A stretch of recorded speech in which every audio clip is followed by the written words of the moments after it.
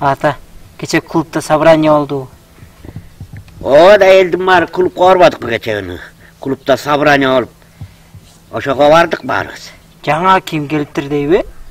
Жаңы аким шайланып турго, ошол жаңы аким келип ошого собрание кылды. Кандай экен жаңа аким?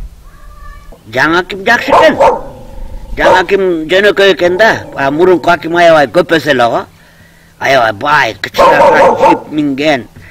Колуна моюндарына алтын тагынган, колуна алтын шакек тагынган эме эле го мурунку. Бул ырас жөнөкөй экен.